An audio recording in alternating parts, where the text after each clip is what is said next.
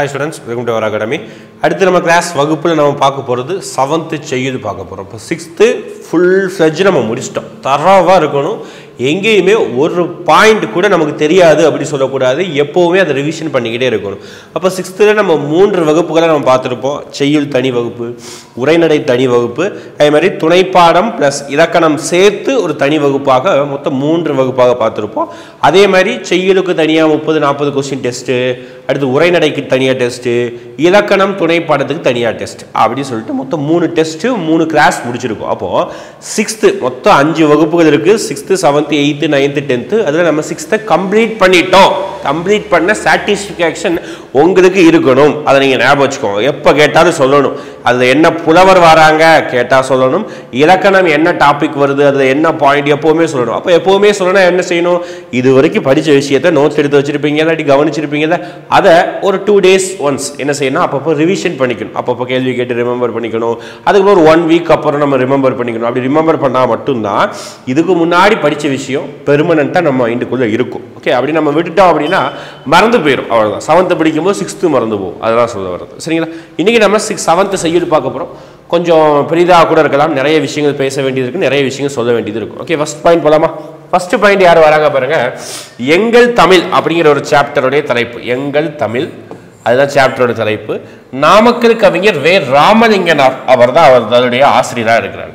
இப்போ நாமக்கல் கவிஞர் ஏன் இவருக்கு பேர் இருக்கு, இவர் நாமக்கல் மாவட்டத்தை சிறந்தவர். ஓகே, இவருடைய இயற்பெயராக என்ன சொல்றோம் அப்படின்னா நாமக்கல், இவருடைய இயற்பெயர் வந்து வே ராமலிங்கனார் சொல்றோம். ஆனால் இவர் நாமக்கல் மாவட்டத்தை சேர்ந்தவர், நாமக்கல் கவிஞர் சொல்றோம். இவருக்கு இன்னொரு பேர் கூட இருக்குது. ஓகே, காந்திய கவிஞர் அப்படின்னு சொல்லுவாங்க. ஏன்னா இவர் வந்து ஒரு விடுதலை போராட்ட வீரர், காந்திய கொள்கைகளால் அதிகமாக ஈர்க்கப்பட்டுள்ளதால் இவரை நம்ம என்ன சொல்றோம், காந்திய கவிஞர் கூட சொல்றோம். ஓகே, அதுதான் இங்க கொடுத்துருப்பாங்க. அடுத்த பாயிண்ட். ஓகே, எங்கள் தமிழ் பாடலின் ஆசிரியர் வே ராமலிங்கனார். இவர் ஒரு தமிழ் அறிஞர், தமிழ் சம்பந்தமான ஒரு அறிஞர். இவர் ஒரு கவிஞர், இவர் ஒரு விடுதலை போராட்ட வீரர் என்று 3 முகங்கள் இவருக்கு இருக்குது. ஓகே, விடுதலை போராட்ட வீரர், தமிழ் அறிஞர், தமிழ் கவிஞர் என்று பன்முகத்தன்மை கொண்டவர் தான் யாரு, நம்மளுடைய வே ராமலிங்கனார். இவர் தான் அவருடைய புகைப்படம் உள்ள நூல் வந்து மேனாமக்கல் பாடிகள். அடுத்து நாமக்கல் கவிஞர், இவருக்கு 2 பேர் இருக்கு சொன்னா. ஒரு பேர் என்ன, நாமக்கல் கவிஞர் அப்படி சொல்லிட்டு ஒரு பேர் இருக்கு, நாமக்கல் மாவட்டத்தை சேர்ந்ததுனால.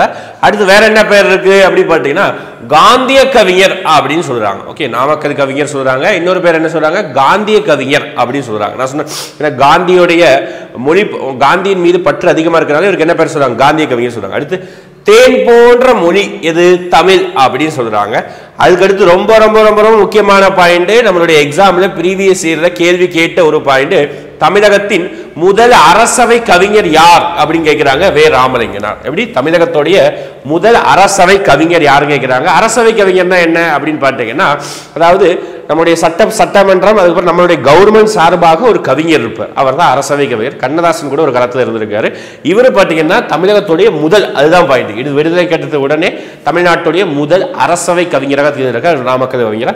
அடுத்து இவருடைய நூல்கள், எப்பவுமே நம்ம நூல்கள் பார்ப்போமா, நம்ம பகுத்தறிவு சரி, அதாவது பாவலர், பெருஞ்சேத்தனார், பாரதியார் நூல்கள், பாரதிதாசன் நூல்கள் பார்த்தோமா, அதே மாதிரி நாமக்கல் கவிஞருடைய நூல்கள் பாருங்க.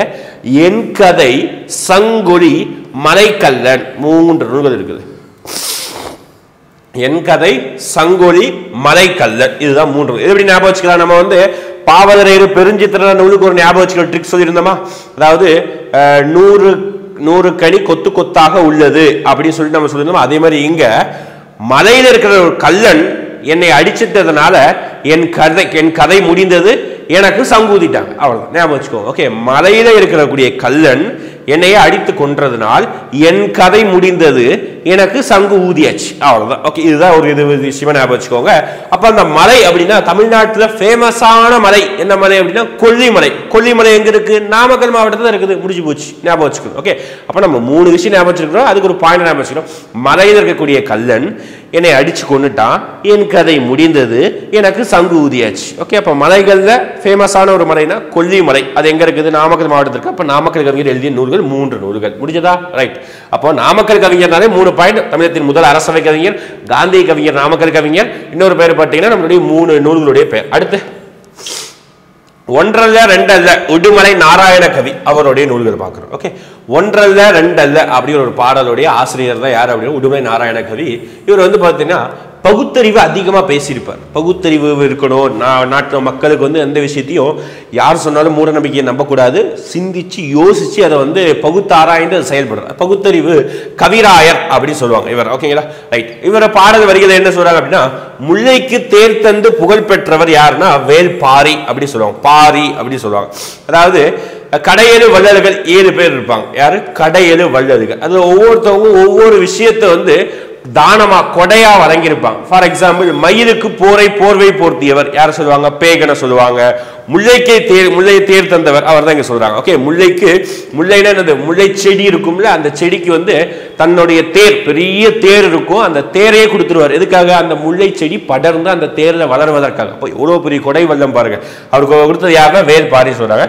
அதே மாதிரி புலவருடைய சொல்லுக்கு தன் ஓகேவா, அதாவது ஒரு மன்னனுடைய தலையையே தரவதற்கு துணிந்தவன் யார் அப்படின்னா குமண வள்ளல் அப்படின்னு சொல்லுவாங்க. பாருங்க, புலவரின் சொல்லுக்கு தலையை தர துணிந்தவன் யார்? குமண வள்ளல் அப்படின்னு சொல்றாங்க. Okay, next. நாட்டுப்புற இசையின் எளிமையை கையாண்டு கவிதைகள் எழுதியவர் உடுமலை நாராயண கவி அப்படி சொல்றாங்க. நான் சொன்ன உடுமலை நாராயண கவியுடைய மற்றொரு சிறப்பு பெயர் என்ன அப்படின்னா பகுத்தறிவு கவிராயர். பகுத்தறிவு விஷயத்தை நிறைய பரப்புனால இவருக்கு என்னப்பட்ட பெயர்? பகுத்தறிவு கவிராயர் சொல்றாங்க. பகுத்தறிவு மூலம் கருத்து பரப்பியவர் திரைப்பட பாடலாசிரியர் அப்படின்னு சொல்லிட்டு உடுமலை நாராயண கவியோட புகழ் பாடப்படுகிறது. ஓகேங்களா, உடுமலை நாராயண கவி எழுதிய பாடல்கள்ல ஒரு 4 சொல்லுப்பொருள் இருக்குது. ஓகே, ஒப்புமை அப்படின்னா இணை, இதை ஒப்பிட்டு பார்ப்பாங்க சொல்லுவாங்க, இணைச்சு பார்க்கறாங்க. ஓகே, இதையும் ஒப்புமை. அடுத்து முகில் அப்படின்னா ரொம்ப ஃபேமஸான ஒரு சொல் பொருள். இப்போ முகில் அப்படின்னா மேகம் அப்படின்னு சொல்லுவாங்க. ஓகே, முகில்னாலே மேகம். நம்ம போன தடவை துணைப்பாடல் 6th துணைப்பாடத்தில் பார்த்துருந்தோம். மேகமுக்கு இன்னொரு பெயர் என்ன இருக்கு? விசும்பு அப்படிங்கிற பெயர் இருக்கு, ஞாபகம் வச்சுக்கணும். மேகத்துக்கு இன்னொரு பெயர் விசும்பு இருக்குது. ஓகே, அற்புதம் அப்படின்னா விந்தையான செயல், அற்புதமான செயல், ஆச்சரியமான செயல். சொல்றோமா, அற்புதமான செயல், விந்தையான செயல். ஓகே, அடுத்து உபகாரி அப்படின்னா வள்ளல் தான் சொல்றாங்க உபகாரி. இது ஃபேமஸான இந்த 2 ஞாபகம் வச்சு. அற்புதமும் முகிலும் ரொம்ப முக்கியமானது. ஓகே, நெக்ஸ்ட் போலாமா?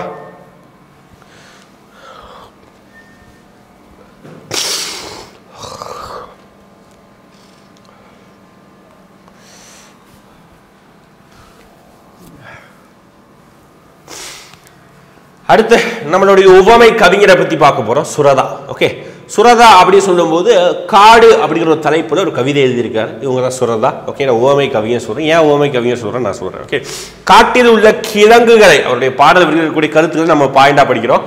காட்டில் உள்ள கிழங்குகளை தோண்டி உண்பது எது? பன்றிகள் தான் தோண்டி உண்ணுமாமா. காட்டில் இருக்கக்கூடிய கிழங்குகள் தோண்டி பன்றிகள் திங்குவோம். அடுத்து காடுகள் முழுவதும் மலர்ந்து சொல்றாங்க, கார்த்திகை விளக்கு போல இருக்கும் அப்படின்னு காடை வந்து வர்ணிக்கிறார். காடுகளை இன்னொரு விஷயத்தோட ஒப்பிட்டு பேசுகிறார், உவமையாக பேசப்படுகிறார். ஓகே, அடுத்து காடு என்னும் பாடல் இடம்பெற்ற நூல் என்னன்னா தேன்மலை இயற்கை எழில் பகுதி அப்படிங்கிற தேன்மலை அப்படிங்கிற ஒரு நூல்ல தான் இடம்பெற்றிருக்கும். காடு என்ற பாடலுடைய வகைகள் என்ன? கிள்ளி கண்ணி அப்படின்னு சொல்லுவாங்க. கண்ணினா நம்ம ஆல்ரெடி பார்த்தோம்னா 2 அடி செய்யுள் தான் நம்ம கண்ணி அப்படின்னு சொல்லுவோம். ஓகே, 2 அடி இருக்கும், அதுதான் கண்ணின்னு சொல்றோம். காடு என்ன பாடல் வகை? கிள்ளி கண்ணி அப்படின்னு சொல்றாங்க. அடுத்து பாருங்க, அடுத்து கிளியின் மொழி போன்று இனிய சொற்களை பேசும் பெண்ணை நோக்கி கூறுவது இனிய சந்தத்தில் பாடப்படும் இசை பாடல் வகையவே கிளி கண்ணி அப்படின்னு சொல்றாங்க. அதாவது கிளியின் மொழி போன்ற இனிய சொற்களை பேசும் பெண்ணை நோக்கி, ஒரு பெண்ணை நோக்கி கூறுவது இனிய சந்தத்தில் பாடப்படும் இசை பாடல் வகையை கிள்ளி கண்ணி சொல்றாங்க. சுரதாவுடைய இயற்பெயர் பாருங்க, ஒவ்வொரு கவிஞரோட இயற்பெயர் ரொம்ப முக்கியப்பா. எல்லா இயற்பெயரும் தனியா எழுதி வச்சுக்கணும்.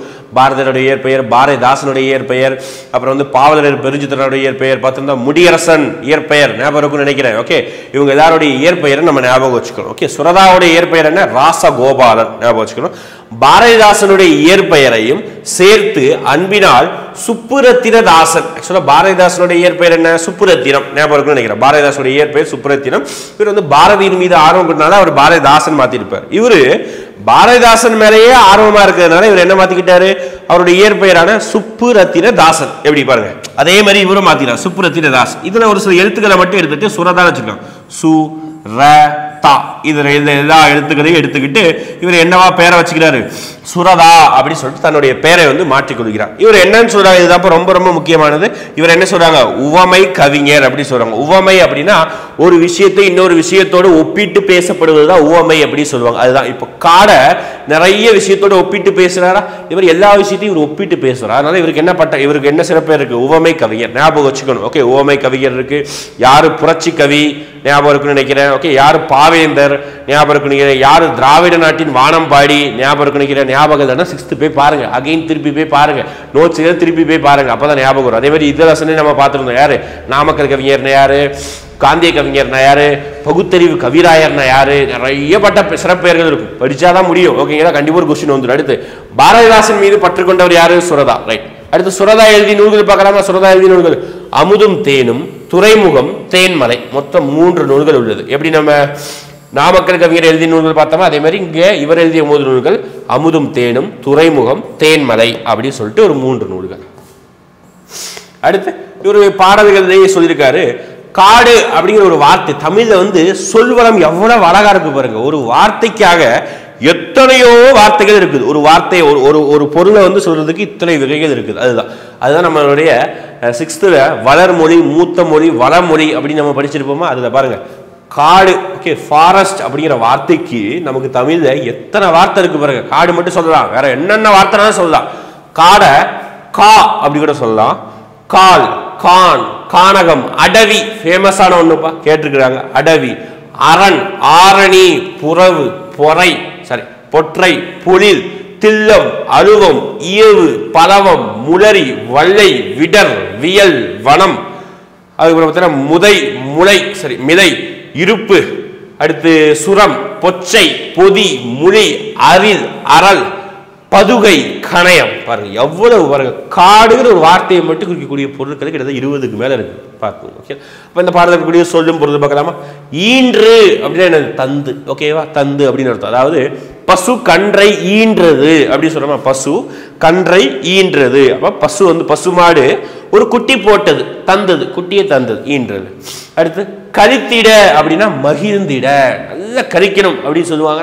மலையாளத்திலையும் சொல்லுவாங்க, தமிழே இருக்குது. ஓகே, நல்ல கரிக்கணும். கரிந்திட அப்படின்னா சந்தோஷமா இருக்கணும், மகிழ்ந்திடணும். அடுத்து பாருங்க கொம்பு அப்படின்னா கிளை, மரத்துடைய கொம்பு அப்படின்னு கிளையை சொல்றோம். அடுத்து பாருங்க நச்சவரம் அப்படின்னா விடமுள்ள பாம்பு, ரொம்ப முக்கியமானது. நச்சவரம், நச்சவரம், நச்சரவம் அப்படின்னா விடமுள்ள பாம்பு. அடுத்து அதிமதுரம், மிகுந்த சுவை. சார் இது எங்கேயோ கேள்விப்பட்ட மாதிரி இருக்கு. அதிமதுரம், ஆமா, விளம்பரத்தை கேள்விப்பட்டிருப்பீங்க. 3 ரோசஸ் விளம்பரத்தை கேள்விப்பட்டிருப்பீங்கல்ல. அதிமதுரம், ஏதோ மூலிகை, துளசி அப்படி இப்படின்னு சொல்லிட்டு ஏதோ மூலிகைகள்லாம் இருக்கும். ஓகே, அது அதிமதுரம் அப்படின்னா சுவையுள்ள, அதிக மிகுந்த சுவை அப்படி சொல்றாங்க. விடுதி அப்படின்னா தங்கும் இடம்.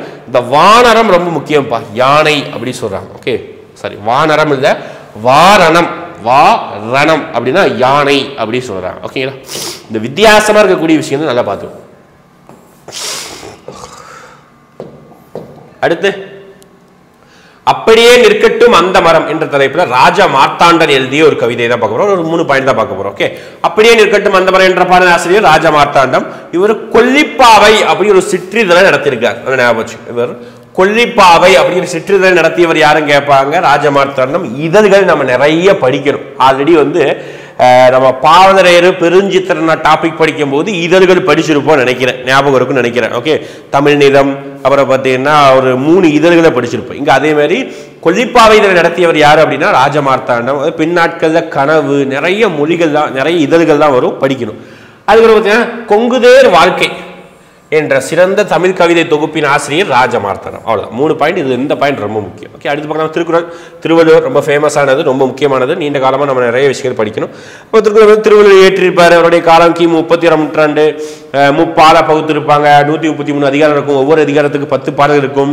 அறம், பொருள், இன்பம் அப்படின்னு பிரிச்சிருப்பாங்க. 2 அடிகள் இருக்கும், 7 சொற்கள் இருக்கும். இதெல்லாம் பேசிக்கானது. ஓகே, அப்ப திருவள்ளுவர் வாழ்ந்த காலம் என்ன, 2000 ஆண்டுகளுக்கு முற்பட்டது அப்படின்னு சொல்றாங்க. ஓகே, திருக்குறளுக்கு திரு அப்படின்னு சொல்லுகின்ற ஒரு அடைமொழியோடு வருகின்ற முதல் நூல் என்னன்னா திருக்குறள் தான். திரு அப்படிங்கிற ஒரு அடைமொழியோட வருகிற நூல் என்னன்னா திருக்குறள் அப்படின்னு சொல்றாங்க. முப்பால் பாருங்க, அறத்துப்பால், பொருட்பால், இன்பத்துப்பால், அது காமத்துப்பால் சொல்லுவாங்க. 38, 70, 25 3 அதிகாரம், அதாவது 3 வகைகளாக பிரித்து 38 அதிகாரம், 70 அதிகாரம், 25 அதிகாரம் பிரிக்கப்படுகிறது.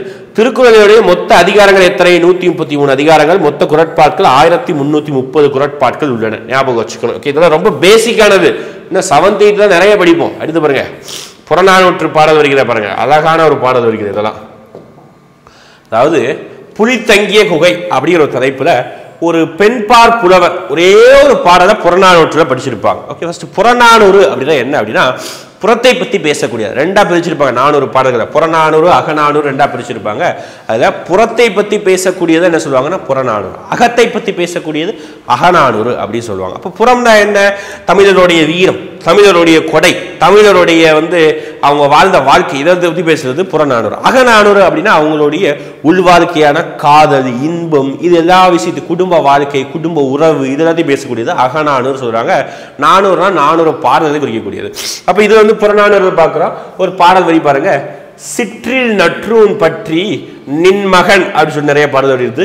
தோன்றுவன் மாதோ போர்க்கள தானே அப்படின்னு சொல்லிட்டு, அதாவது இவர் பாத்தீங்கன்னா காவர் பெண்டு அப்படி சொல்லக்கூடிய பெண் பார்ப்புலவர். இவங்க யாரு அப்படி பாத்தீங்கன்னா ஒரு மன்னருடைய செவிலித்தாய் அப்படி சொல்லுவாங்க. அதாவது கோப்பெரு நற்கிதியோடைய செவிலித்தாய். சார் என்ன சார் தாய்னா தெரியாது, என்ன சார் செவிலித்தாய் அப்படின்னா வளர்ப்பு தாயை தான் என்ன சொல்லுவாங்கன்னா செவிலித்தாய் சொல்லுவாங்க. செவிலித்தாய்னா என்னது? வளர்ப்பு தாய். அதாவது பெத்தவங்க யாரா இருப்பாங்க, வளர்க்கிறவங்க தான் என்ன சொல்லுவாங்க வளர்ப்பு தாய் அப்படின்னு சொல்லுவாங்க, செவிலித்தாய். ஓகே, அப்போ புலித்தங்கிய குகையின் பாடலாசிரியர் காவர் பெண்டு. கோப்பெரு நற்கிதியின் செவிலித்தாயாரு காவர் பெண்டு சொல்றாங்க. அடுத்து புறநானூற்று காவர் பெண்டு பாடிய பாடல்கள் ஒன்னே ஒண்ணுதான். ஓகே, பண்டைய மக்களுடைய வாழ்க்கை முறை, நாகரிகம், பண்பாடு, வீரம் முதலியவற்றை வெளிப்படுத்தும் நூல் புறநானூறு அப்படி சொல்றாங்க. சரிங்களா? இதுதான் அந்த கதைகள். ஓகே, அதாவது போருக்கு சென்ற ஒரு மன்னனுக்காக அவருடைய மனைவி அவங்க அதாவது போர் சென்ற மகனுடைய செவிலித்தாய் கிட்ட கேட்கிறாங்க. அதுதான் இந்த பாடல்கள் இருக்கும். காவர் பெண்டு எழுதியிருப்பாங்க. சரிங்களா? ரைட், நெக்ஸ்ட் பாஞ்சை வளம் அப்படின்னு சொல்லிட்டு ஒரு கதை பாடல். ஓகே, இது கட்டபொம்மை துரை அவங்கள பத்தி, அவங்க அம்மா பத்தி பேசுறாங்க. ஓகே, சுத்த வீரன் சூரன் கட்டபொம்மை துரை அப்படி பாடல் தாண்டி வாக்கருள் செய்வாரே சக்க தேவி, அதாவது சக்கம்மா தேவி கட்டபொம்மனுடைய தாய் பெயர். அதை சொல்றாங்க. கட்டபொம்மன் கதை பாடல்கள் பாஞ்சை வளம் அப்படிங்கிற தலைப்புல தொகுத்தவர் யாருன்னா வானமாமலை. ஞாபகம் வச்சுக்கணும். பாஞ்சை வளம் அப்படிங்கிறது ஒரு பாடலுடைய தலைப்பு. ஓகே, கட்டபொம்மனுடைய பாடல்களை தொகுத்து வழங்கியிருக்காரு யாரு? வானமாமலை. பாஞ்சை வளம் என்னும் பாடல் இடம்பெற்றுள்ள நூல் என்னது? வீரபாண்டிய கட்டபொம்ம துரையுடைய கதை பாடல்கள். அடுத்து பாஞ்சாலக்குறிச்சிக்கு அருள்வாக்கு தருபவர் யாரு? சக்கமா தேவி. பாஞ்சாலக்குறிச்சி பகுதியை ஆளுமை பண்ணது கட்டபொம்மன். அதுக்கு அருள் வாக்கு, அதாவது வாக்கு கேட்பாங்கல்ல, அருள் வாக்கு கேட்பாங்கல்ல, அது யார் கொடுப்பாங்க அப்படின்னா அவங்களுடைய சக்கமா தேவி. யாரு? கட்டபொம்மனுடைய அம்மா, அவங்க தான் சக்கமா தேவி. நெக்ஸ்ட் கலங்கரை விளக்கம் அப்படிங்கிற ஒரு தலைப்பு. கடியலூர் உருத்திரன் கண்ணனார், அதாவது பெரும்பானாற்று படையிலிருந்து ஒரு பாடல் எழுதி கொடுத்திருக்கிறாங்க. கலங்கரை விளக்கம், கலங்கரை விளக்க பாடலை எழுதியவர் யாருன்னா கடியலூர் உருத்திரன் கண்ணனார். 10 பாட்டுல 2 பாடல்களே படிச்சிருப்பார். ஓகே, பட்டினப்பாலை, பெரும்பானாற்று படை அப்படின்னு சொல்லிட்டு 2ஐயுமே இயற்றியவர் யாரு? கடியலூர் உருத்திரன் கண்ணனார். ஞாபகம் வச்சுக்கணும். ஓகேங்களா? அதுல பெரும்பானாற்று படையுடைய பாட்டுடை தலைவன் யார்? ஞாபகம் வச்சுக்கணும். ஒவ்வொரு பாடலுடைய பாட்டுடை தலைவர் இருக்கும். பெரும்பானாற்று படையுடைய பாட்டுடை தலைவன் யார்? தொண்டைமான் இளந்தரையான் அப்படின்னு சொல்லுவாங்க. தொண்டைமான் இளந்தரையான்னு சொல்லுவாங்க. இவர் தான் பெரும்பானாற்று படையுடைய பாட்டுடை தலைவன். நம்ம எப்படி ஞாபகம் வச்சுக்கலாம்? இந்த தொண்டை அப்படிங்கிற வார்த்தையை ஞாபகம் வச்சுக்கோங்க. ஓகே, அப்போ தொண்டை அதையும் ஞாபகம் வச்சுக்கணும். ஒரு சாட்டா பெரும்பானாற்று படை, அப்ப அதையும் ஞாபகம் வச்சுக்கணும். அப்ப என்ன செய்யலாம்? தொண்டை, பெரிய தொண்டை. யாருக்கு? நீங்க கேள்விப்பட்டதுல எவன் ஒருத்தன் கத்திக்கிட்டே இருக்கானோ, என்னை கூட எடுத்துக்குவோம், நான் கூட வீடியோவில் அதிகமாக கத்திக்கிட்டே இருப்பேன். ஓகே, வாய்ஸ் பிச்சு அதிகமாக தான் இருக்கும் எடிட் பண்ணும்போது கூட. ஓகே, அப்போ பெரிய தொண்டை, எனக்கு என்ன இருக்குது? பெரிய தொண்டை இருக்குது. அப்போ பெரும்பானாற்று படை தொண்டை அப்படிங்கிற வார்த்தை வரக்கூடிய ஒருவர் தொண்டைமான் இளந்தரையான். அவர் தான் பார்த்தீங்கன்னா பாட்டுடை தலைவனாக கருதப்படுகிறார். எழுதியவர் யாரு? கடியலூர் உருத்திரன் கண்ணனார். ஓகே, எழுதியவரோட தொண்டை, அது பாட்டுடை தலைவனை கேட்கலாம். இப்போ இந்த ஆற்றுப்படை முடியுது. அது என்ன சார்?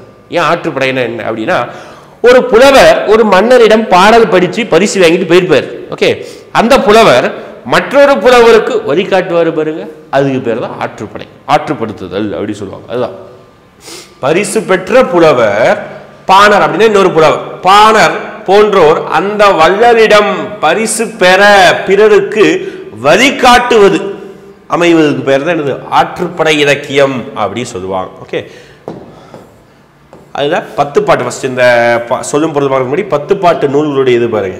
10 பாட்டுகள்னா மொத்தத்தில் இருக்குது 10 பாடல்கள் இருக்கும். 10 செய்யுள் இருக்கிறது தான் 10 பாட்டுகள் சொல்லுவாங்க. அதெல்லாம் பாருங்க, திருமுருகாற்றுப்படை, பொருநாறாற்றுப்படை, பெரும்பானாற்றுப்படை, சிறுபானாற்றுப்படை, முல்லைப்பாட்டு, மதுரை காஞ்சி, நெடுநெல்வாடை, குறிஞ்சிப்பாட்டு, பட்டினப்பாலை, மலைப்படுகலாம் அப்படி சொல்லுவாங்க. இந்த மலைப்படுகலாம் அந்த நூலோட இன்னொரு பெயர் என்ன சொல்லுவாங்க அப்படின்னா கூத்தராற்றுப்படை அப்படி சொல்லுவாங்க. கூத்தராற்றுப்படை அப்படி சொல்லுவாங்க. ஓகேங்களா. மலைப்படுகடாமுடைய பாட்டுடை தலைவன் நன்னன் அப்படின்னு சொல்லுவாங்க. மலைப்படுகடாமுடைய பாட்டுடை தலைவன் நன்னன் சொல்லுவாங்க. ஓகே, 10 பாட்டு ஞாபகம் வச்சுக்கணும். அதுல இந்த 4 பாருங்க படைப்படைன்னு முடியுது. திருமுருகாற்றுப்படை, பொருநாறாற்றுப்படை, என்னது பெரும்பானாற்றுப்படை, சிறுபானாற்றுப்படை அப்படின்னு சொல்லிட்டு 4 படை நூல்கள் வருது. இதுக்கும் இன்னொரு பேருக்கு கூத்தராற்றுப்படை சொல்றாங்க. அடுத்து மதலை அப்படின்னா தூண் சொல்றாங்க. சென்னி அப்படின்னா உச்சி, சென்னி மலை அப்படின்னா உச்சி மலை அப்படின்னு சொல்லுவாங்க. அடுத்து நெகிரி அப்படின்னா தீச்சுடர், உறவு நீர் பெரும் நீர்பரப்பு, அலுவம் அப்படின்னா கடல் அப்படி சொல்றாங்க. ஓகே, அடுத்து கவின்மிகு கப்பல். அடுத்த ஒரு பாடல்கள் கவின்மிகு கப்பல். உலகு கிளர்ந்தென்ன உருகெழு வங்கம். வங்கம்னா நம்ம இப்பதான் பார்த்துருந்தோம். வங்கம்னா படகு பேர் தான் வங்கம் சொல்லுவாங்க. உலகு கிளர்ந்தென்ன உருகொழு வங்கம் மாட ஒள் எரி மருங்கு அறிந்த ஒய்ய. இது எழுதியவர் யாரு? மருதன் இதன்னாகனார் அப்படின்னு சொல்லக்கூடிய ஒரு புலவர் தான். இவர் சங்ககால புலவர் தான். இவர் வந்து மருதத்திணை, அதாவது அகநானூறு, நம்ம இப்பதான் புறநானூறு பார்த்தா இது அகநானூறு. அகநானூறுல திணைகளாக பிரிச்சு வச்சிருப்பாங்க. மருத திணை, மெய்தல் திணை, பாலை திணை வச்சிருப்பாங்க. இந்த மருத திணையில 35 பாடல்களை பாடியவர் தான் இந்த மருதன் இதன்னாகனார். ஓகே, 8 தொகை நூல்களில் ஒன்று இந்த அகநானூறு. அகநானூருடைய வேறு பெயர் பாருங்க நெடுந்தொகை. நீளம் நெடுமையான ஒரு பாடல் வரிகளை கொண்டதுனால என்ன சொல்றாங்க? நெடுந்தொகை அப்படின்னு சொல்றாங்க. அதுதான் 8 தொகை நூல்கள் பாருங்க. நற்றிணை, குறுந்தொகை, ஐங்குறுநூறு, 18 பரிபாடல், கலித்தொகை, அகநானூறு, புறநானூறு. மொத்தம் 8 வகையான நூல்கள் 8 தொகை நூல்கள். அடுத்து பாருங்க, வங்கூல் அப்படின்னா காற்று சொல் பொருள். வங்கம் அப்படின்னா இப்பதான் சொன்ன கப்பல். நிகான் அப்படின்னா நாவாய் ஓட்டுபவர், அந்த கப்பலை ஓட்டுவார்ல அவர் நிகான் அப்படி சொல்றாங்க. எல் அப்படின்னா பகல் மாட. ஒல் பலரி அப்படின்னா கலங்கடர அப்படின்னு சொல்றாங்க. நெக்ஸ்ட் இன்பத்தமிழ் அப்படிங்கிற ஒரு தலைப்புல பாரதிதாசன். நம்ம ஆல்ரெடி வந்து 6th வந்து இன்பத்தமிழ் படிச்சிருப்போம். இங்க இன்பத்தமிழ் கல்வி அப்படிங்கிற தலைப்புல பாரதிதாசன் திருப்பி பாரதிதாசன் வரார். நம்ம பாரதிதாசன் பத்தி அது நிறைய படிச்சிருக்கோம். பாவேந்தர் அப்படி படிச்சிருக்கிறோம், புரட்சி கவிஞர் அப்படின்னு சொல்லி படிச்சிருக்கிறோம். ஓகே, அவருடைய இயற்பெயர் சுப்புரத்தினம் படிச்சிருக்கோம். இங்க பாருங்க ஒரு பாடல் பாருங்க. ஏடெடுத்தேன் கவி ஒன்று வரைந்திட. ஏடெடுத்தேன்னா அந்த எழுதக்கூடிய பொருட்கள் எடுத்தாராமா. ஏடெடுத்தேன் கவி ஒன்று வரைந்திட என்னை எழுதென்று சொன்னதுவான் அப்படின்னு சொல்லி பாடல் யாருக்குரியது? பாரதிதாசனுடையது. அதனால பாரதிதாசன் என்ன சொல்லுவாங்க? இன்னொரு பெயர் கூட இருக்கு, ஏடு கவி அப்படிங்கிற ஒரு பெயர் இருக்கு. பாரதிதாசன் என்ன பெயர் இருக்கு? ஏடு கவி கூட பெயர் இருக்கு. அடுத்து பாருங்க, இன்பத்தமிழ் கல்வி என்ற பாடல் இடம்பெற்ற நூல் பாரதிதாசன் கவிதைகள் அப்படி சொல்றாங்க. பாரதிதாசன் எழுதிய நூல்கள் பாருங்க இங்க எக்கச்சக்கமா கொடுத்திருக்கிறாங்க.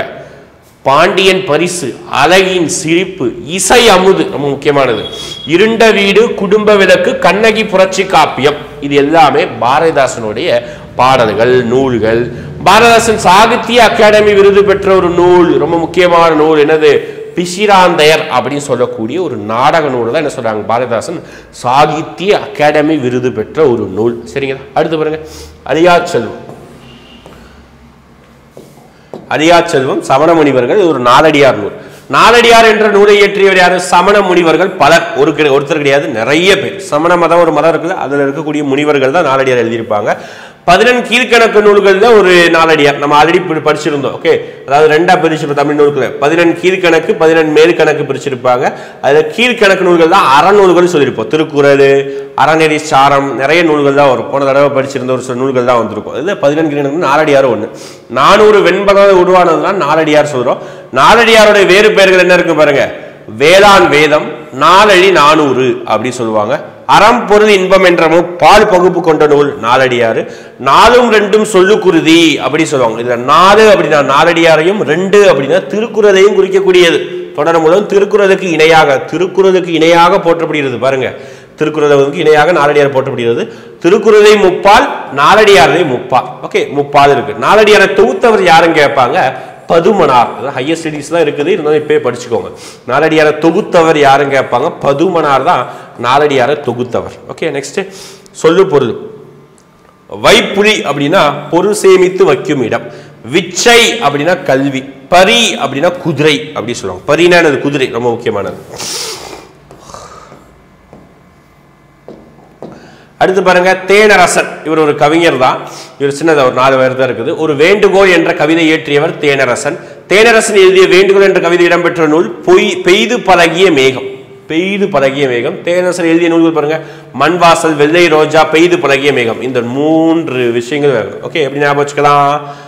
மேகம் நல்ல மழை பெஞ்சு மண் நல்லா சரிச்சாதான் ரோசா மலரும். ஓகேவா? அந்த ரோசால என்ன இருக்கும்? தேன் இருக்கும். அப்ப தேனரசன் எழுதிய நூல்கள் முடிஞ்சு போச்சு. அவ்வளவு ஏதாவது ஞாபகம் வச்சுக்க வேண்டியதான். எவ்வளவுதான் ஒரு மனுஷன் ஞாபகம் வைப்பான். அப்போ பெய்து பழகிய மேகம், நல்ல மேகம் மழை பெஞ்சாதான் மண் நல்லா செதிக்கும். மண் வாசல், அந்த மண் நல்லா செதிச்சாதான் வெள்ளை ரோஜா வளரும். அந்த ரோஜால என்ன கிடைக்கும்? தேன் இருக்கும். தேனரசன் தான் அதோடைய ஆசிரியர். முடிஞ்சதான் மண் வாசல், வெள்ளை ரோஜா, மேகம். அப்போ இதற்குரிய ஒரு வார்த்தை ஞாபகம் வந்தோன்னா நமக்கு சொன்ன ஷார்ட்கட் ஞாபகம் வரும். மேகம், மண், அப்புறம் ரோஜா. அது ரோஜால என்ன இருக்கு? தேன் இருக்கு. தேனரசன். ஓகேவா? அடுத்து வானம்பாடி, குயில், தென்றல் இதழ்களில் கவிதைகள் எழுதியவர் யாரு? தேனரசன். ஓகே, நடத்தல எழுதினார் கவிதை இதழ்கள். அடுத்து பாருங்க, கீரை பாத்தியும் குதிரையும் அப்படின்னு சொல்லிட்டு இரட்டுற மொழிதலை சொல்றாரு காலமேக புலவர். ஓகே, இரட்டுற மொழிதல் அப்படின்னா ஒரு பொருளை இன்னொரு பொருளையும் ஒப்பிட்டு பேசுவாங்க. அதுதான் இரட்டுற மொழிதல். இவர் தான் காலமேக புலவர். கீரை பாத்தியும் குதிரையும் அப்படி சொல்றாங்க. கீரை பாத்தியையும் குதிரையையும் ஒப்பிட்டு பேசுறாங்க. அவர் தான். ஓகே, காலமேக புலவருடைய இயற்பெயர் என்ன? வரதன் அப்படி சொல்றாங்க. காலமேக புலவருடைய தனி பாடல்கள் என்ன சொல்றாங்க? தனிப்பாடல் திரட்டு அப்படி சொல்லி நூல் என்ன சொல்றாங்க? தனிப்பாடல் திரட்டு அப்படி சொல்றாங்க. அடுத்து வந்துடலாமா? அடுத்து பாருங்க, மூன்றரையனார். ஓகே, மூன்றரையனார் பழமொழி 400 என்ற நூலை எழுதியவர் தான் என்ன சொல்றாங்க? மூன்றரையனார் சொல்றாங்க. அவர் விருந்தோம்பலை பற்றி சொல்லக்கூடிய ஒரு முக்கியமான விஷயம். தமிழருடைய பண்பாட்டு குரலில் உண்மையானது விருந்தோம்பல் அப்படி சொல்றாங்க. மாறியொன்றி இன்றி வருந்திருந்த காலத்தும் டேஸ் டேஸ் பாடல் வரிகள் வருது. ஒன்றுரா முற்றில்லா இல் அப்படி பாடல் வரிகள் மூன்றரையனார். ஓகே, பாரியுடைய மகளிர் யாரு? அங்கவை, சங்கவை. எங்கேயோ கேள்விப்பட்ட மாதிரி இருக்கா? சிவாஜி படத்துல சாலமன் பாப்பையோடைய பொண்ணுங்க பேர் சொல்லுவாங்களா? அங்கவை, இது சங்கவை. என்னது? இந்த சரக்கை கொண்டு அங்க வைக்கவா அப்படின்னு சொல்லிட்டு வே கூட காமெடி பண்ணுவாரு. அதுதான். ஓகே, உண்மையாவே பாரியுடைய பொண்ணு. பாரி மன்னர் இருக்காருல்ல, இந்த கடையது வள்ளல்கள் 7 பேர்ல ஒருத்தர் தான் பார்த்தீங்கன்னா பாரி. அந்த பாரியுடைய பொண்ணு பேர் தான் அங்கவை, சங்கவை. நிறைய போர் நடக்கும். இதுல கபிலர், பாரியுடைய தோழர் தான் பார்த்தீங்கன்னா கபிலர், ஒரு புலவராக இருந்திருப்பார். அடுத்து பழமொழி 400 நூல் ஆசிரியர் யாரு? மூன்றரையனார். அடுத்து மூன்றரையனாருடைய காலம் என்ன? கிபி 4ஆம் நூற்றாண்டு. மூன்றரையர் சமயம் சமண சமயம். 14 கீழ்கணக்கு நூல்கள் உண்டு. 400 பாடல்கள் இருக்குது. ஒவ்வொரு பாடலோட இறுதியில ஒரு பழமொழி கொடுக்கப்பட்டிருக்கும். ஓகேவா? முடிஞ்சு போச்சா? அடுத்த பக்கம். அடுத்து வயலும் வாழ்வும் அப்படி ஒரு நூலோடைய ஆசிரியர் யாருன்னா கி.வா. ஜெகந்நாதன். வயலும் வாழ்வும் என்ற நாட்டுப்புற பாடலுடைய தொகுத்தவர் யாரு? கி.வா. ஜெகந்நாதன். உழைக்கும் மக்கள் கழிப்பு தெரியாமல் இருப்பதற்காக தான் என்ன பாடுவாங்க அப்படி நாட்டுப்புற பாடல்களே பாடுவாங்க. நிறைய மக்கள் வேலை பார்ப்பாங்கல்ல, அவங்க வேலை பார்க்கக்கூடிய கழிப்பு டயர்டே இருக்கக்கூடாது அப்படின்னு இருக்காங்க. பாட்டு படிச்சுட்டே வேலை பார்ப்பாங்க. ஐதேசா ஐதேசா படகத்தது ஐதேசா பாடுவாங்கல்ல. எதுக்காக? உடம்புல அந்த கழிப்பு தெரியக்கூடாது, அந்த கழிப்பு அதாவது டயர்டு இருக்கக்கூடாதுன்னு சொல்லிட்டு பாடலை படிச்சுக்கிட்டே வேலை செய்வாங்களாம். அதுதான் நாட்டுப்புற பாடல்கள் சொல்றாங்க. நம்ம 6th நாட்டுப்புற பாடல்களை பற்றி நம்ம படிச்சிருந்தோம். ஞாபகம் இருக்குன்னு நினைக்கிறேன். நாட்டுப்புற பாடல்களை தொகுத்தவர் அப்படி சொல்லிட்டு நிறைய விஷயங்கள் தான் படிச்சிருப்போம். கி.வா. ஜெகந்நாதன் நாட்டுப்புற பாடல்கள் தொகுப்பு மலையருவி அப்படி சொல்றாங்க. நாட்டுப்புற இலக்கியத்தோட வேறு பெயர் என்ன? வாய்மொழி இலக்கியம். அணை கட்டி போரடிக்கும் அழகான இடம் அப்படின்னா தென்மதுரை அப்படி சொல்றாங்க. அடுத்து வாங்க. அடுத்து ஆழ்வார்களை பற்றி ஒரு முக்கியமான ஒரு பாடல்கள் இருக்குது. வையம் தகலியா வார்க்கடலை நெய்யாக டஸ் டஸ் டஸ் இடர் ஆதி. ஆதினா கடல் தான். ஆதி நீங்குவே என்று பாடியவர் யாரு? பொய்கை ஆழ்வார் அப்படின்னு சொல்லுவாங்க. ஓகே, பொய்கை ஆழ்வார். அடுத்து பாருங்க, அன்பே தகலியா. இங்க பாருங்க, இங்க வையம் தகலியா. வையம் அப்படின்னா உலகம். ஓகே, இங்க அன்பே தகலியா ஆர்வமே நெய்யாக. இங்க வையம் தகலியா வார்க்கடலே நெய்யாக. இங்க ஞான தமிழ் புரிந்த நான் அப்படின்னு சொல்லிட்டு பூதத்தாழ்வார் சொல்றாங்க. பொய்கை ஆழ்வார், பூதத்தாழ்வார், பேயாழ்வார். இவங்க 3 பேரையும் என்ன சொல்லுவாங்க அப்படின்னு பார்த்தீங்கன்னா முதலாழ்வார்கள் அப்படின்னு சொல்லுவாங்க. முதலாழ்வார்கள் சொல்லுவாங்க. யாரெல்லாம்? பொய்கை ஆழ்வார், பூதத்தாழ்வார், பேயாழ்வார். இவங்க 3 பேர் சேர்ந்து முதலாழ்வார் சொல்றாங்க. இது பொய்கை ஆழ்வார் பிறந்த ஊர் அப்படின்னா காஞ்சிபுரம் அருகே இருக்க திருவெக்கா அப்படின்னு சொல்லுவாங்க. பொய்கைனாலே குளம் ஏரி அப்படின்னு சொல்லுவோம். காஞ்சிபுரம் ஏரிகளின் மாவட்டம் சொல்றாமா, அப்ப காஞ்சிபுரத்தில் இருந்திருக்காரு. அடுத்து பொய்கையாளர் பாடிய பாடல்கள் முதல் திருவந்தாதி அப்படின்னு சொல்லுவாங்க. பூதத்தாழ்வார் பிறந்த இடம் மாமல்லபுரம் அப்படி சொல்லுவாங்க. பூதத்தாழ்வார் பாடியது 4000 திவ்ய பிரபந்தத்தில் இரண்டாவது திருவந்தாதி அப்படி சொல்லுவாங்க. நெக்ஸ்ட் சொல்லும் பொருளும். வையம் அப்படின்னா உலகம். நான் சொன்னா வையம் அப்படின்னா உலகம். ஓகே. அடுத்து சுடர் ஆழியான் அப்படின்னா ஒளிவிடும் சர்க்கரை உடைய திருமால் பெருமாள் தான் வந்து சுடர் ஆழியான் அப்படி சொல்றாங்க. அந்த ஆதி அப்படின்னா என்னப்பா, 4000 திவ்ய பிரபந்தம் அந்த ஆதி சொல்றாங்க. அப்ப அந்தம் கூட்டல் ஆதி அப்படி சொல்லி பிரிப்பாங்க. அந்தம் கூட்டல் ஆதியும் பிரிப்பாங்க. அந்தம் அப்படின்னா என்னது, முடிவு. ஆதி அப்படின்னா என்ன, தொடக்கம். ஓகே. அப்போ ஒரு பாடலுடைய முடிவு அடுத்த பாடலுடைய தொடர்ச்சியா இருக்கும். இதுதான் அந்த சொல்லுவாங்க. அப்போ இங்க ஒரு பாடல் வரி எழுதியிருக்கேன், எப்படி பாடல் வரி எழுதியிருக்கேன். இந்த பாடல் கடைசியில ஒரு வார்த்தையில முடிப்போமா, அந்த வார்த்தை தான் அடுத்த பாடலுடைய முதல் வார்த்தையா இருக்கும். அதுதான் முடிவு, அடுத்த பாடலுடைய தொடக்கமா இருக்கும். அதுதான் அந்தம் கூட்டல் ஆதி, அந்த ஆதி சொல்லுவாங்க. அதான் ஒரு பாடலின் இறுதி எழுத்தோ அசையோ சொல்லோ அடுத்து வரும் பாடலுக்கு முதலாக வருவதுதான் அந்த ஆதி சொல்றாங்க. அந்த ஆதி 96 சிற்றிலக்கிய வகைகள்ல ஒண்ணு. 96 சிற்றிலக்கிய வகை இருக்குல்ல, அதுல ஒண்ணுதான் மட்டும் அந்த ஆதி. அடுத்து திருமாலை போற்றி பாடியவர்கள் யார் அப்படின்னா 12 ஆழ்வார்கள் தான் திருமாலை போற்றி பாடியவர்கள். ஓகே. சிவனை போற்றி பாடியவர்கள் நாயன்மார்கள் சொல்லுவாங்க. அவங்க 63 பேர். 12 ஆழ்வார்கள் பாடிய பாடலின் தொகுப்பு 4000 திவ்ய பிரபந்தம். 4000 திவ்ய பிரபந்தம் தொகுத்தவர் நாதமுனி. ஞாபகம் வச்சுக்கணும். இங்கேயும் 4000 திவ்ய பிரபந்தம் தொகுத்தவர் நாதமுனி. நாலடியாரை தொகுத்தவர் பதுமனார். ஞாபகம் வச்சுக்கணும். ஓகே.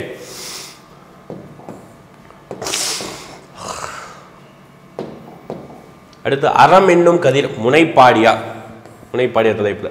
இன்சொல் அப்படின்னா விதை நிலம், வன்சொல் அப்படின்னா கலை, உண்மை பேசுதல் அப்படின்னா எரு, நீர் அப்படின்னா அன்பு. இவைகளை மேற்கொண்டால் அறம் என்னும் கதிர் பெறலாம் அப்படி சொல்றாங்க. முனைப்பாடி ஊரை சேர்ந்தவர் முனைப்பாடியார். சமணர். அறநெறிச்சாரம் என்ற நூலின் ஆசிரியர் முனைப்பாடியார். அறநெறிச்சாரோட பாடல் வகைகள் பார்த்துக்கணும். ஓகே. வகைகளை எத்தனை எண்ணிக்கை அப்படின்னா 225 பாடல்கள் உள்ளதுதான் எனது அறநெறிச்சாரோடைய பாடல் எண்ணிக்கை.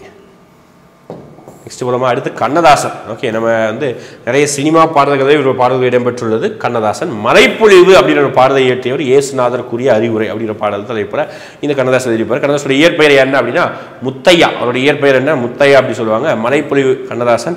இயேசுவின் வாழ்க்கை வரலாற்றை அவரது அறிவுரைகளையும் கூறும் நூல் தான் எனது இயேசு காவியம். எழுதுனதுதான் இயேசு காவியம். ஓகே. அதுதான் இடம்பெற்றிருக்கும் இந்த பாடல்கள். அடுத்து தன்னை அறிதல் அப்படின்னு சொல்லிட்டு சே பிருந்தா அப்படி ஒரு கவிஞர், பெண் கவிஞர் தான். தன்னை அறிதல் பாடல் இடம்பெற்ற கவிதை இடம்பெற்ற நூல் மகளுக்கு சொன்ன கதை அப்படி சொல்லிட்டு இருக்கும். பெண் கவிஞர்கள் முக்கியமானவர் சே பிருந்தா. ஓகே. முடிஞ்சது. அதோட செய்யுள் எழுத்து இதெல்லாம் முடிஞ்சது. ஓகேங்களா. செய்யுள் கண்ணதாசன் படிச்சிருக்கிறோம், புறப்பட்ட ஆழ்வார்கள் படிச்சிருக்கிறோம். எப்பவும் போல நம்ம முடிச்சுட்டு கடைசி என்ன பண்ணுவோம், ஒரு 5 கேள்வி கேட்போம். அந்த 5 கேள்விக்கு நீங்க பதில் சொல்ல போறீங்க. ஓகேவா. என்ன கேள்வி தான் பார்க்கலாமா. இப்போ முதல் கேள்வி, காவர் பெண்டு யாருடைய செவிலித்தாய்? ஓகே. காவர் பெண்டு யாருடைய செவிலித்தாய்? புறநானூற்றில் எத்தனை பாடல்களை படிச்சிருக்கிறாங்க? ஒரு கேள்வி முடிஞ்சது. காவர் பெண்டு யாருடைய செவிலித்தாய்? புறநானூற்றில் எத்தனை பாடல்களை படித்துள்ளார்? ஒன்று முடிஞ்சதா. அடுத்து வந்து மலை கல்லன் யார் எழுதிய ஒரு நூல்? ஓகே. மலை கல்லன் யார் எழுதிய நூல்? முடிஞ்சதா. அடுத்து சுரதாவுடைய இயற்பெயர் என்ன? நல்லா கவனிச்சுக்கோங்க. சுரதாவுடைய இயற்பெயர் கேட்கிறேன். ஓகே. சுரதாவுடைய இயற்பெயர். அடுத்து பாருங்க, வெள்ளை ரோஜா யார் எழுதிய நூல்? ஓகே. வெள்ளை ரோஜா யார் எழுதிய நூல்? அடுத்து முதல் ஆழ்வார்கள் யாரெல்லாம்? முதல் ஆழ்வார்கள் யார்? அவங்களுடைய பேரை சொல்லணும். சரி. முதல் ஆழ்வார்கள் எத்தனை பேர், அவங்க யார் யாரெல்லாம் அப்படி சொல்லிட்டு கமெண்ட்ல மென்ஷன் பண்ணுங்க. அடுத்த கிளாஸ்ல நம்ம செய்யுளுடைய கொஸ்டின் டிஸ்கஷன் பார்க்கலாம். ஓகேங்களா. தேங்க்யூ.